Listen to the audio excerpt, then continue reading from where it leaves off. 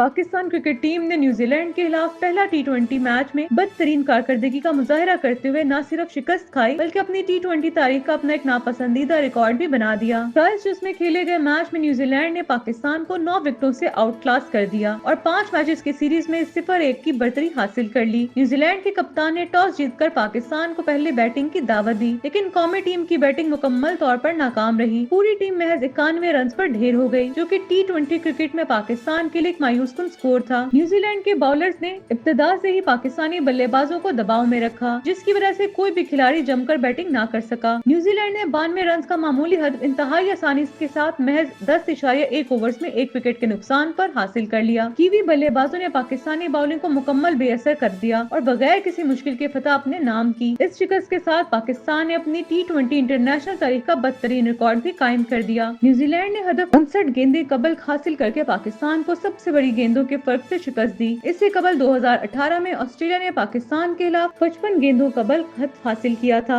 लेकिन न्यूजीलैंड ने शिकस्त को भी पीछे छोड़ दिया। ये पहला मौका नहीं कि जब पाकिस्तान को न्यूजीलैंड के खिलाफ शर्मनाक शिकस्त का सामना करना पड़ा हो। इससे पहले 2016 में वेलिंगटन में पाकिस्तान ने 196 रन के हदफ के ताकुब करते हुए महज 101 रन पर ऑल आउट होकर 95 रन की बड़ी शिकस्त खाई थी, जो इस वक्त पाकिस्तान की टी20 में ताकुब करते हुए सबसे बदतरीन शिकस्त थी। पाकिस्तान और न्यूजीलैंड के दरमियान 5 मैचेस की सीरीज का दूसरा टी20 मंगल के रोज खेला जाएगा, जहां कौमी टीम के पास अपनी गलतियों को सुधारने और कम बैक करने का मौका होगा।